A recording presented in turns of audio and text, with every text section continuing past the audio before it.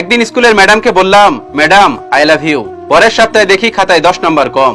ম্যাডামকে জিজ্ঞেস করলাম, ম্যাডাম নাম্বার কম কেন? ম্যাডাম বলল, এটা হলো বেয়াদবের শাস্তি। হেডমাস্টারকে বললাম, স্যার আমি আপনাকে খুব ভালোবাসি। পরের দিন সকালে দেখি স্যার আমার হাতে চিঠি ধরিয়ে দিল আর বলল, এটা পড়ালেখার জায়গা, ভালোবাসার জায়গা না।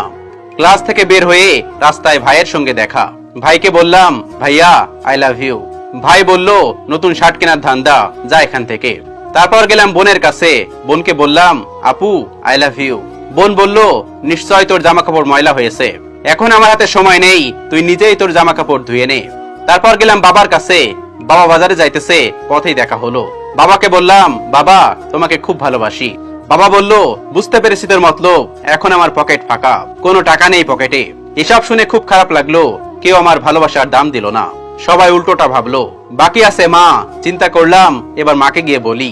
মা রান্নাঘরে রান্না করছিল। মাকে গিয়ে বললাম, মা আই লাভ ইউ। মা মুচকি হাসি দিয়ে জড়িয়ে ধরলো আর বলল, আমিও তোকে খুব ভালোবাসি রে আমার দুষ্টু পাগল। সারাদিন কোথায় ছিলি, আয় খেতে বসবি চল। তাই অবশেষে বলবো, মায়ের কোনো তুলনা হয় না। আল্লাহ তাআলা আমাদের সকলকে বোঝার তৌফিক দান করুন, আমিন।